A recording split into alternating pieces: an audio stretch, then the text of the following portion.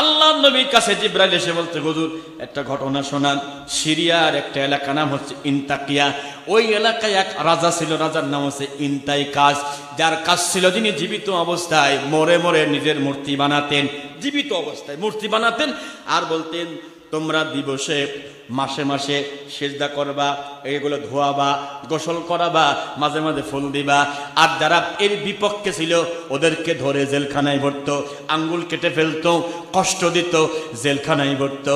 আল্লাহ পাক দুইজন রসুলকে পাঠালেন, যাও দিয়ে নিষেধ করো, এগুলো বন্ধ করতে হবে, জুলুম বন্ধ করতে হবে, জেলখানার থেকে ওই নিরীহ মানুষদেরকে বের করে দিতে হবে, আর মূর্তি ভাঙতে হবে। আসলেন, দাওয়াত দেওয়ার পরে এখন তারা বলছে, ফাকাজ যাবো হোমা, তোমরা দুইজনই মিথ্যাবাদী, এলাকার থেকে চলে যাও। এখন সব মূর্তির পক্ষে মাত্র দুইজন, কোরআনের পক্ষে মাত্র দুইজন, ইসলামের পক্ষে। আল্লাহ পাক কি করলেন, ফাআজ্জাজনা বিসালিসিন, আল্লাহর একজনকে পাঠালেন, তিনজন মিলে দাওয়াত দিলেন, এই মূর্তি ভাঙতে হবে, আলেম ওলামা যারা আছে আপনার দেশে ছেড়ে দিতে হবে। ওয়ামা আলাইনা ইল্লাল বালাগুল মুবিন, স্পষ্ট করলে আমাদের দায়িত্ব পৌঁছানোর, আপনারা এটা বন্ধ করেন। কয় বন্ধ করব না। তারা কি করলো, ইন্না ক্বালু ইন্না তাতায়্যারনা বিকুম লা ইল্লাম তানতাহু লানারজুমান্নাকুম ওয়া লায়ামাসসান্নাকুম মিন্না আযাবুন আলীম। ওরা বলতেছে এই তিন মৌলবীর কারণে যত অসুবিধা আমাদের, এই তিন মৌলবী এসে একদম যা সমস্যা করতেছে আমাদের, কি করা যায়। লা ইল্লাম তাংতা, বলছে এগুলো বন্ধ করো তো তোমরা তিন হুজুর, চল যাও তো কিছু টাকা পয়সা নিয়ে, এগুলো বাদ দাও। হ্যাঁ, যদি না দাও লানারজুমান্নাকুম, তারা পাথর তুলেছে, মারতে যাবে, মারার জন্য হুমকি ধামকি দিচ্ছি, আর বলছে যদি না যাও জেল দেব, ফাঁসি দেব, অবস্থা খারাপ আছে। যখন মারার জন্য পাথর তুলেছে, ওয়াজাআ মিন আকসাল মাদিনাতি রাজুলুন ইয়াসআ ক্বালা ইয়া কওমি ইত্তাবিউল মুরসালিন। আল্লাহু আকবার বলেন। ও গ্রামের একবারে শেষ প্রান্তে, শহরের এক প্রান্ত থেকে একটা লোক দৌড়ে আসছে, এসে বলছে ওয়েট ওয়েট ওয়েট, অপেক্ষা করেন। কি বলছে, ইনারা তিনজন আল্লাহর রসুল, দয়া করিয়া এনাদেরকে মারার দরকার নেই। বলছে তুই কে? মান আনতা হুয়ারে?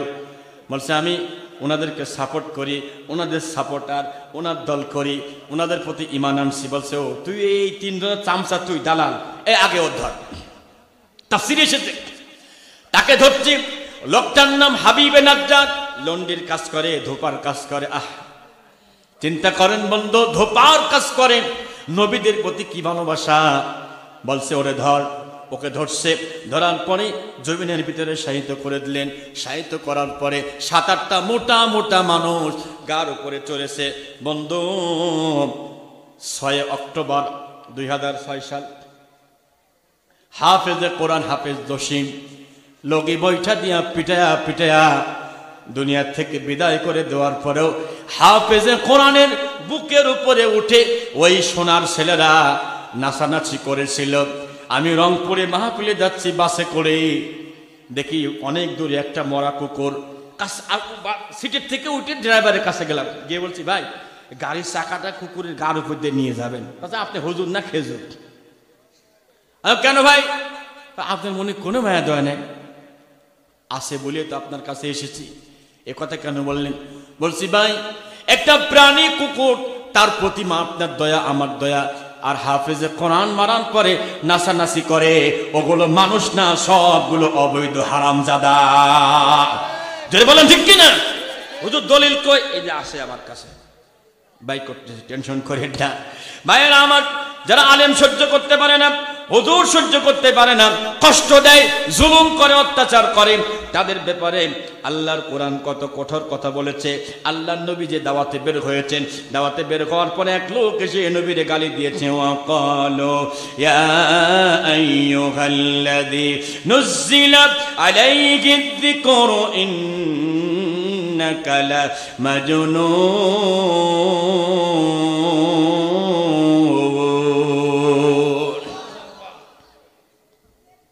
সূরা হিজর 14 নম্বর পারা, প্রথম নম্বর পৃষ্ঠা, প্রথম নম্বর রুকুর 6 নম্বর আয়াতে কারিমা। নবীজি দাওয়াতি কাজে বের হয়েছেন, একজন লোক এসে আল্লাহ নবীকে গালিগালাজ করতেছে, বলতেছে, ও হে মুহাম্মদ, তোমার প্রতি কোরআন নাজিল হয়, ও মুহাম্মদ তুমি হলে আস্ত একটা পাগল। জোরে বলা যাবে কি নাউজুবিল্লাহ? নবীরে গালি দিয়ে দিল। আর তো গালি দিছেই, পিটাইছে, আরো নাচছে, মানে অনেকগুলো অপরাধ। আল্লাহ নবীজির মন খারাপ, ডাক দিয়ে বলছে, নবীর মন খারাপ, কিন্তু জিব্রাইল এসেছে, এসে বল ডাক দিয়ে বলছে, নবী মন খারাপ করেন কেন? কয় আমারে পাগল বলে কেন জানি না। কয় ওরা পাগল বলে, বলুক, আমাদের কথা শোনো, আমার কথা শোনো। মা আনতা বিনি'মাতি রাব্বিকা বিমাজনুন।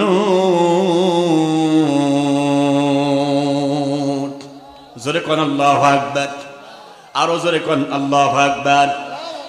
জিব্রাইল বলছে, হুজুর মা আনতা, আপনি হতেই পারেন না। রবের পক্ষ থেকে আল্লাহ ঘোষণা দিয়েছে, আপনি কখনো পাগল হতে পারেন না। সুবহানাল্লাহ, জোরে কর। নবী কয় তাই নাকি? ঠিক আছে, বুঝলাম পাগল না, তো রাস্তায় বের হলি পারবো ওই রকম করে কে? ওই রকম মানে বুঝেন তো, তেরা চোখে তাকায়, উল্টা পাল্টা কথা কয়। তো তুমি আর একবার যাও তো, শুনে আসো তো আল্লাহ কি কয় ওর ব্যাপারে। ও গালি দিয়েছে পাগল বলে। জিব্রাইল আবার এসে বলছে, হুজুর শুনুন, আল্লাহ পাক ওর ব্যাপারে সিদ্ধান্ত নিয়েছে, ওর ভিতরে কয়েকটা দোষ আছে, তাই আপনারা গালি দেয়। হাম্মাজিম মাশাইম বিনামিম মান্নাইন লিল খায়রি মু'তাদিন আথীম উতুল্লিম বা'দা যালিকা জানিম। আল্লাহু আকবার বলে। এক নম্বর অপরাধ, একটু খেয়াল করে, পিছনে নিন্দা করে। 2 নম্বরে সকল করে বেড়ায়। 3 নম্বরে ভালো কাজে বাধা দানকারী। 4 নম্বরে সীমালঙ্ঘনকারী অপরাধী। 5 নম্বরে দুষ্ট প্রকৃতির। 6 নম্বরে তারপর কি লেখা আছে? আশা করছে জারজ, আমি করলি দোষ হয়। এই দেখেন ডাইরেক্ট লেখা, ঠিক আছে না? মিছে কথা ভাই, আপনি দেখেন তো, দেখেন নাই? এটা আবার কয় যে হুজুর আপনি কবেন কে? আল্লাহ কয় খব। আল্লাহ বললে অসুবিধা নেই, আমরা বললি গাই লাগে। হুজুরির নামটা একটু লিস্টে রাখিস তো, দেখা যাবি পরে। হ্যাঁ, সূরা কলম 11, 12, 13 একটু বাসায় গিয়ে মিলাবেন দরদি ভাইয়েরা। আমার কষ্ট দিয়ে ফেললাম, আমার সময় শেষের দিকে, আর মাত্র 10 মিনিট থাকা যাবে ইনশাল্লাহ। এরপরে খেচুরি আসবে। হ্যাঁ, একটা পর্যন্ত যাব না, আমাদের ফজর আছে, আপনাদেরও ফজর আছে। কয় হুজুর পড়ব না। হ্যাঁ, কিরকম পরে তা তো জানি, ঈশার খবর নাই বলে ফজর পড়বেন বলে মামু আমার ফজর পড়বেন। দরদিনা আমার, এবার মূল কথায় আসি। খেয়াল করেন, হাবিবে নাজ্জারের পেটের উপরে চাপ দিছে 4-5টা মোটা মানুষ। চাপ দেওয়ার পরে ওনার পায়খানার রাস্তা ছিঁড়ে গেছে। রাস্তা ছিঁড়ে যাওয়ার পর লোকটার জান যখন বের হয়ে যাবে, ঠিক সেই সময় হাবিবের কাছে জিব্রাইল আসলেন, এসে সুসংবাদ দিচ্ছে, কিলা দুখুলিল জান্নাহ ক্বালা ইয়া লাইতা কওমি ইয়ালামুন। একটা ধোপার কাছে জিব্রাইল আসছে। আমাদের কাছে কি জিব্রাইল জীবনও আসবে বলে মনে হয় ভাই? তো কিডা আসবে আমার কাছে? হ্যাঁ, বলছে আজরাইল। ঠিকই বলেছে, আজরাইল কিন্তু আসবে, জিব্রাইল নাও আসতে পারে। দরদিরা আমার, জিব্রাইল এসে ডাক দিয়ে বলছে, হাবিব টেনশন করার দরকার নাই, আল্লাহ ঘোষণা দিয়েছে মরার সঙ্গে সঙ্গে তুমি জান্নাতে চলে যাবা। সুবহানাল্লাহ, জোরে কোন সুবহানাল্লাহ। তো দাওয়াতি কাজে গেলে সমস্যা, বাধা হবে, বিপদ হবে, তবুও দাওয়াতি কাজ থেকে পিছপা হওয়া যাবে না।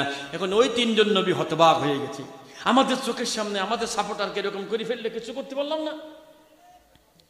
বলতে শোনেন, এখনো সময় আছে, এখনো তওবা করে ফিরে আসেন, নতুবা 3 দিন টাইম দিলাম।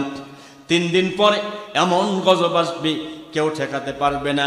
ও তেরা ঘাত তেরা জাতি বলছে, পারলে তোর আল্লাহ আজকেই দিক। জোরে কর নাউজুবিল্লাহ। মানে ক্ষমতা যদি একবার পায় হাতে, মনে হয় সুপার গুলো আটা লাগা ফেলে। কথা কয় না রে, ছাড়বে না, এরকম চিন্তা মাথায় কাজ করে। সে যে আসুক না কেন, দরদি ভাইয়েরা আমার, সংকেত দিয়ে চলে গেলেন। 3 দিন পার হয়ে গেল, আকাশটা বিকট কালো, এমন ঘন কালো হয়ে গেল। ওরা মনে করছে বৃষ্টি আসবে। কি আসবে? মনে হয় বৃষ্টি আসবে। ইন কানাত ইল্লা সাইহাতান ওয়াহিদাতান ফাইযা হুম খামিদুন। এমন একটা বিকট আওয়াজ হলো। বাস পড়া বলে, এলাকা কি বলে, ডাক পড়া না বাস পড়া, ডাক পড়া বলে। এমন ডাক পড়লো, ডাকের ঠেলায় ওই মানুষগুলো লাভ দিয়ে অনেক উপরে চলে গেল সব একসাথে। ওখান থেকে এমন আসার, এমন কসম দিলে, এক কসনে সব নিচে এসে মুখ থুবড়ে সব পরে জাগায় হ্যাজজ্ঞান। হ্যাজজ্ঞান মানে বোঝো তো যুবকরা? হ্যাঁ, হ্যাজজ্ঞান মানে কি? শেষ, কই গেল তোমার পর? পরের দিন সকালবেলা 3 জন নবী এসে দেখে সব একবারে ওয়াল উইকেট পড়ে গেছে একবারে। সুবহানাল্লাহ, জোরে খান। এক উইকেট আর নাই, সব শেষ হয়ে গেছে। এত শক্তি তোমার, এত শক্তি তোমার কোথায় গেল? একটা পর্যায়ে আল্লাহর নবীজি দাওয়াত দিচ্ছেন আবু জেহেলকে। আল্লাহর নবীকে বলছে, ওয়াকালাল্লাযীনা কাফারু লিরুসুলিহি লানুখরিজান্নাকুম মিন আরদিনা আও লা তাউদুন্না ফি মিল্লাতিনা فأوحى إليهم ربهم لنهلكن الظالمين। সূরা ইব্রাহিম 13 নম্বর আয়াত। রাসূলের কাছে গিয়ে বলছে, শোনো মুহাম্মদ, লানুখরিজান্নাকুম মিন আরদিনা, এই মক্কার এই জায়গাটা আমার বাপের, এখানে আমার, এখানে থাকতে দেব না, এখান থেকে বের করে দেব, আমাদের দলে যোগ দাও। এই এলাকা আমার শাসি এতকাল বলতো এই দেশ আমার বাপের। চলে গেলি কে? হ্যাঁ, বাপের বেটি এত সাহসে চলে গেলি কারে? হ্যাঁ, 2টার সময় সংকেত হইল, রেডি হন। কত ফিরিয়ে একটু খাসির গোস্ত ছিল, একটু খাইয়া দেবো।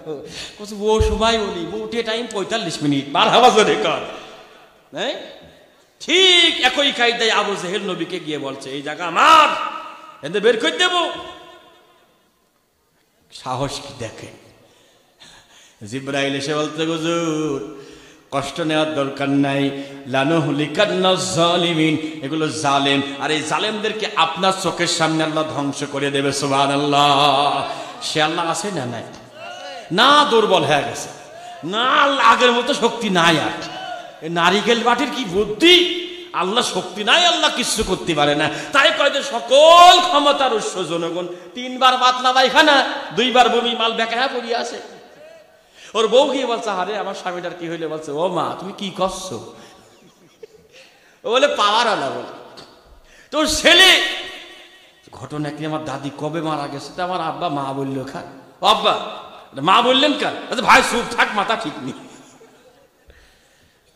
এত পাওয়ার! হ্যাঁ, সাবধান। ও তোমার গোনা দিন ফুরাইয়া যাবে, যৌবনে লাগবে ভাটি, ওই যে দেখো ডাকিতেছে তোমার কবরের মাটি। সন্ধ্যার আগে যেদিন ডুববে যে বেলা,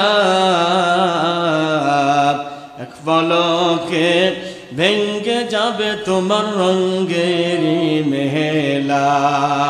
ঠিক কিনা?